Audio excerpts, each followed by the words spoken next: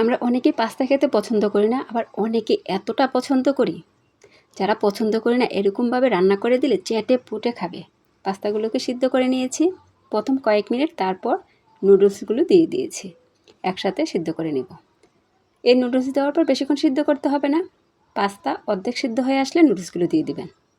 সবগুলো সিদ্ধ হয়ে গেছে, একটু ভালোভাবে ধুয়ে নিয়েছি। পেঁয়াজ কাঁচামরিচ বসিয়ে দিলাম একটু বাদামি হওয়ার জন্য। আর 2টা ডিম ঝুরা ঝুরা করে নিয়েছি অন্য চুলায়, এগুলো দিয়ে দিলাম। স্বাদ মতো লবণ, আর দিয়ে দিব নুডলসের মশলা আর একটা ম্যাগি নুডলস। অন্য কোনো বাটা মশলা ব্যবহার করতে পারে না।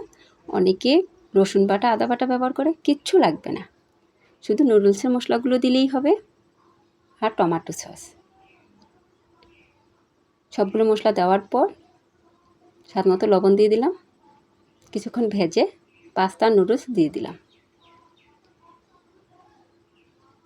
তারপর আস্তে আস্তে নেড়ে চেড়ে সমস্ত মশলা মিশিয়ে নিতে হবে।